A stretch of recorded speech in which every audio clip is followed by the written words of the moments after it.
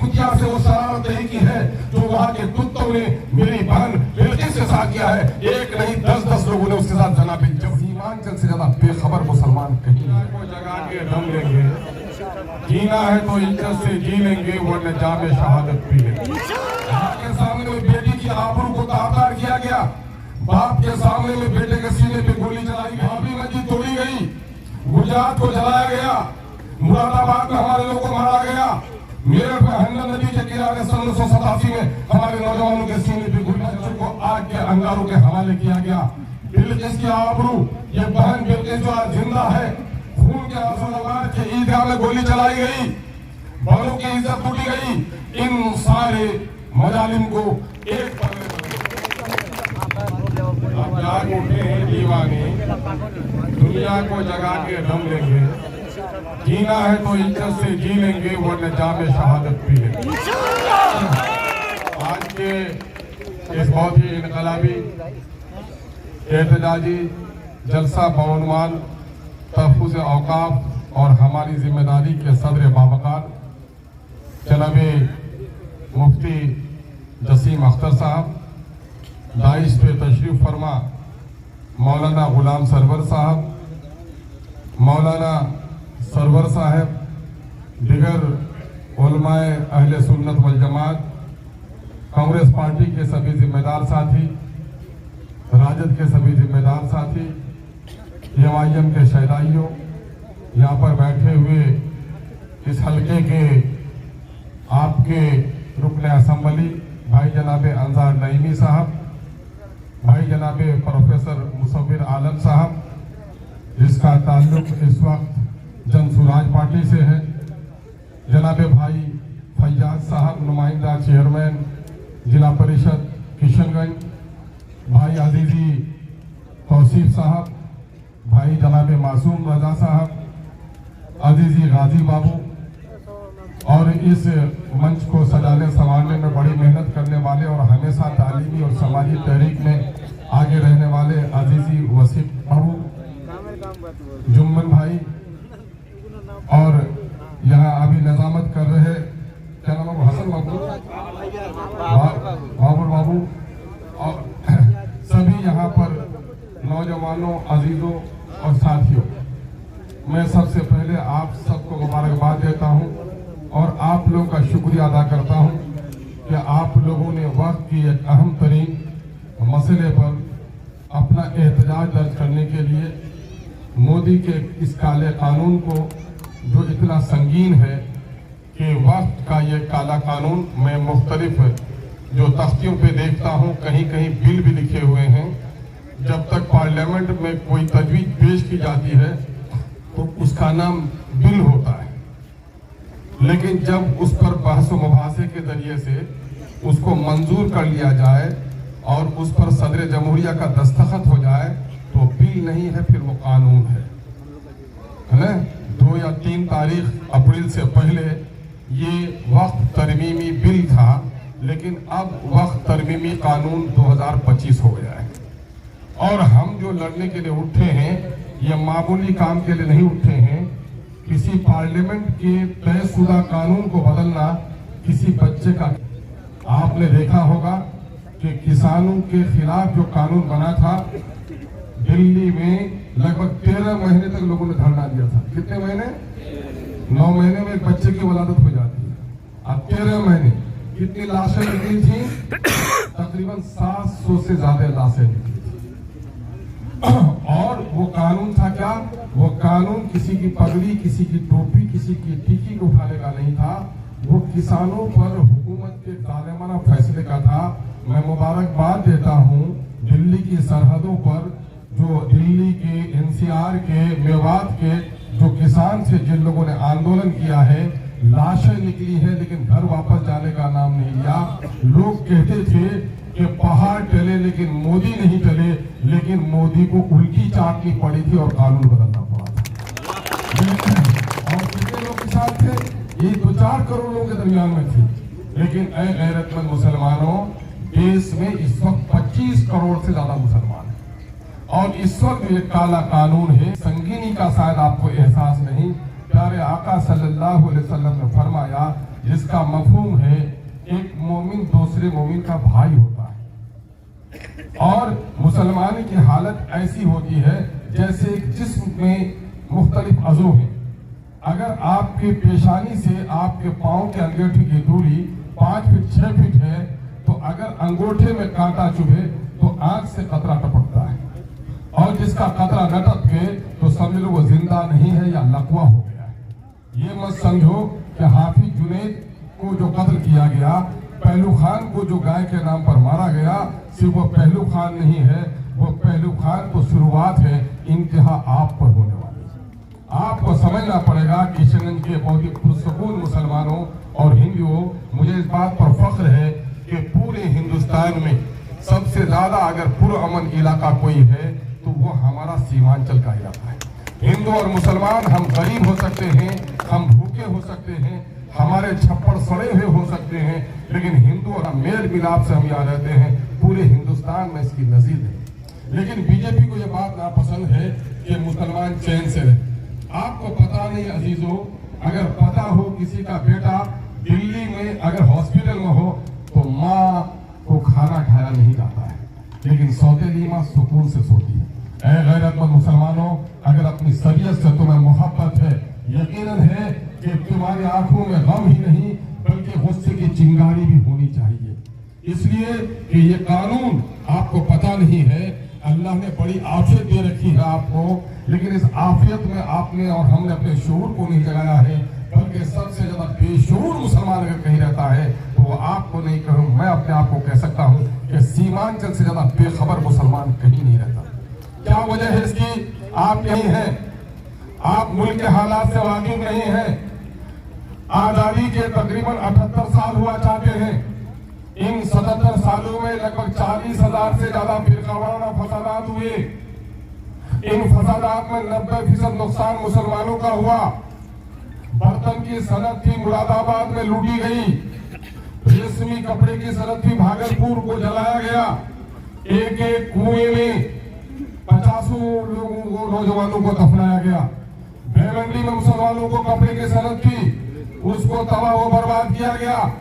सरकारी नौकरी मुसलमानों को नहीं मिल पाई। जब मल्टीनेशनल कंपनी आई तो मेहनत करके नौजवानों ने वो नौकरी ली, तो इन बेईमानों को भी पसंद नहीं आया। गलत इल्जाम लगाकर हमारे इंजीनियर बच्चों को आतंकवाद से जोड़ा गया। नतीजा हुआ कि बाहर की कंपनियों ने भी मुसलमानों को नौकरी देना बंद कर दिया। पता है इस वक्त 13 करोड़ का बिहार हो गया है। इस 13 करोड़ में 20,49,370 सरकारी नौकरियां हैं। मुसलमानों की नौकरी में हिस्सेदारी होती है 3,68,000। सिर्फ 1,63,000 नौकरी देकर 1,95,000 नौकरी से आपको महरूम रखा गया है। सुरजापुरियों, अपने जलसे और अपने बारात में फख्र करते हो। तुम्हारी आबादी 24.5 लाख है। नौकरी में हिस्सेदारी तुम्हारी 39,000 होती थी, लेकिन सिर्फ तुम्हें 15,000 नौकरी दी गई है। मेरे भाइयों, हमारे शेरशाबादी की आबादी 12 लाख है। उनकी नौकरी में हिस्सेदारी तकरीबन 18-19,000 होती है, उनको सिर्फ 5,500 नौकरी दी गई है। ऐ गयूर मुसलमानों, किसने हमें किया? इन तमाम हुकूमतों ने हमारे साथ नाइंसाफी की है। और मोदी जब से बैठा है तो मुसलमानों के खून से होली ही खेलना चाहता है। आपको याद होगा, बाबरी मस्जिद तोड़ने के बाद 288 पर बीजेपी पहुंची। बीजेपी ने समझ लिया कि हम कोई अच्छा काम करके तख्त हासिल नहीं कर सकते। 2002 में एक मंसूबाबंद तरीके से गोधा में मुसलमानों की गर्दनें काटी गई। मां के सामने में बेटी की आबरू को ताबदार किया गया। बाप के सामने में बेटे के सीने पे गोली चलाई गई। दूध पीने बच्चों को आग के अंगारों के हवाले किया गया। बिल्किस की आबरू, ये बहन बिल्किस जो आज जिंदा है, खून के आंसू रोती है।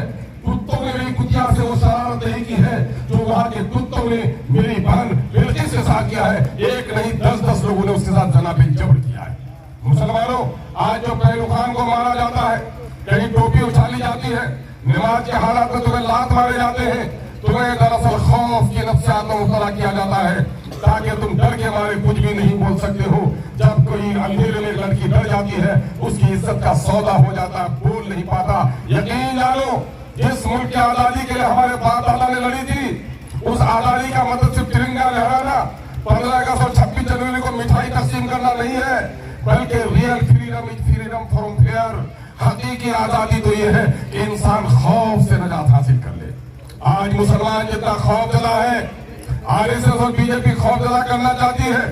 मैं आपको एक बात खबर करने के लिए आया हूँ, 243 मंजिला मकान पर जो रहेगा और जो फुटपाथ पर रहेगा और 1 मंजिला मकान पर रहेगा, तार के घाट पर ज्यादा दूर से देखेगा कि अमरूद के घाट पर चढ़ा हुआ। यकीन जानो असेंबली में हूँ तो इससे बहुत सारी चीजों से बाखबर हूँ, इसलिए आपको खबर देना जरूरी समझता हूँ और वाजिब समझता हूँ, मेरा फरीजा है कि इन 77-78 सालों में बाबरी मस्जिद तोड़ी गई, गुजरात को जलाया गया, मुरादाबाद में हमारे लोगों को मारा गया, मेरठ में हंडन नदी के किनारे 1987 में हमारे नौजवानों के सीने पे गोली चलाई गई, मुरादाबाद के ईदगाह में गोली चलाई गई, बड़ों की इज्जत टूटी गई। इन सारे मजालिम को एक पल्ले में रख दो और वक्त तरमीमी कानून 2025 के नुकसानात को एक पल्ले में रखो तो 2025 का वक्त के कानून का काले कानून का पल्ला भारी होगा। देखो अभी कानून क्या बना, एनआरसी का मामला हुआ, एनआरसी में मेरे पास कागजात थे, मेरे बाप दादा के कागजात थे, उनके सरहद के इलाके में 1-2% मुसलमानों को परेशान किया जाए। आसाम में एनआरसी का काम शुरू भी हुआ तो मुसलमान से ज्यादा गैर मुसलमानों का नाम आया, मुसलमान का 1.5-2 लाख, दूसरों का 15 लाख नाम आया। मोदी का खेल नहीं चला, तलाक का मसला आया है, सरकार समेट के रखे अपना कानून। हमारे यहाँ तलाक का मसला हाजी साहब के आएंगे, मुफ्ती साहब के यहाँ आएंगे, मस्जिद में बैठकर अपने तलाक और फसले निकाह और खुला का मामला तय कर देंगे। सरकार में जाना कोई जरूरी नहीं है, लेकिन ये जो कानून बना है मेरे अजीजों, ये कानून कैसा बनाया गया? एनआरसी का जमाना था, आप हम धरना कर रहे थे, ये अररिया से पश्चिम में गाँव में पंचायती भी दलित भाइयों की लड़ गया, दोनों भाई कहा कि जब ठंडा हुआ मामला तो पंचायती बैठी समाज था, बोला कहना के तू सब रहे, तो उसमें एक मुसलमान ने बोला, भाई ने, मालिक बड़ी शर्म की बात है, क्या बोले? तब बोलो ना क्या बात है, ताकि हम लोग पी के आ गए थे और हमको आगे शहर से लोग सिखाया था कि एनआरसी का जो कानून होगा ना, सब मियाँ को बांग्लादेश और पाकिस्तान भगा दिया जाएगा, ये घर जमीन तुमको मिल जाएगा। इसलिए हम लोग तो आप लोग का विरोध भी कर रहे थे। मेरा भाई बोला कि एक मकान हम लेंगे और हम बोले कि नहीं हम लेंगे, उसी बात पर मेरा भाई मुझसे था। मेरे भाई एक पढ़ा लिखा महीना हुआ कि कितना गुमराह किया गया लोगों को, पट्टे में रहते हैं और जाहिर है जो शहर में रहते खेती आदिवासी तो करता ही है। एक बेचारा सीधा साधा गैर मुसलमान बेचारा वो आगे जो पटना से आया खेल देखने के लिए, हिसाब करने के लिए, तो कहा मालिक एक बात कहने के लिए आए हैं, डर भी लगता है कहीं कि नहीं कहें, ताकि बोलो ना एनआरसी के जमाने में। बोला मालिक हम लोग सुने हैं कि आप लोग पाकिस्तान चले जाइएगा, ये 5-7 बीघा खेत तो हम जोते हैं तो किसी को मत दीजिएगा, हम ही को दे दीजिएगा। मामला यही कहा गया है। अभी ये क्या है कानून, फिक़ह को समझो क्या है वक्त। वक्त इंसान की ऐसी गैर मुतनाज़ा इमलाक और जायदाद जो अल्लाह के नाम पर वक़्फ़ कर दिया जाए, जिस पर उसका कोई दावा बाकी नहीं रहे। गरीबों, मुसाफिरों, यतीमों, बेवाओं, मिस्किनों, लाचारों, मुसाफिरों दीन की आज़ाद इबादत खानों के लिए वक़्फ़ कर दिया जाए, इसको वक़्फ़ फी सबीलिल्लाह कहते हैं। और ये वक़्फ़ इबादत है।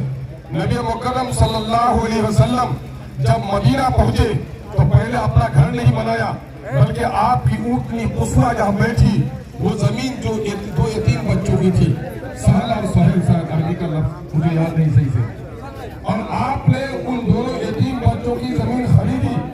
बाद रवायतों में आता है कि हज़रत सैयदना अबू बकर सिद्दीक़ रज़ियल्लाहु ताला अन्हु ने उसकी कीमत अदा की। हिजरत के दुनिया में या पहले कहिए ये जदीद जो इस्लामी तकाज़े थे, नबी की शरीयत आई, उसमें पहले वक्त की या उससे पहले भी मुमकिन है मस्जिद कुबा बन गई थी, शायद उसकी भी कोई हैसियत होगी, लेकिन सनद ये मिलती है कि मस्जिद नबी की जमीन वक्फ की गई। मेरे भाई वक्फ इबादत है, वक्फ हमारा सही मसला है। और आप ये जान लीजिए, एक चीज है वक्फ दस्तावेजी, एक है वक्फ इस्तेमाली, जिसको कहते हैं वक्फ बाय यूजर। ये जो वक्फ की कौन सी चीज है, ऐसे तमाम मकामात जिसकी हैसियत सियारे इस्लाम की हैसियत हो, जिनका ताल्लुक मुसलमान की शरीयत से हो, कब्रिस्तान लिख के दिया तब भी नहीं लिख के दिया, अभी वक्फ है। मजार, मकबरे, इमाम बाड़े, खानकाहें, दीनी मदारिस और मसाजिद की जमीन कोई लिख के दे या न लिख के दे, ये वक्त की जमीन है। अब इस वक्त की जमीन पर आपको और हमको उसकी हिफाजत करना हमारी शरई जिम्मेदारी है।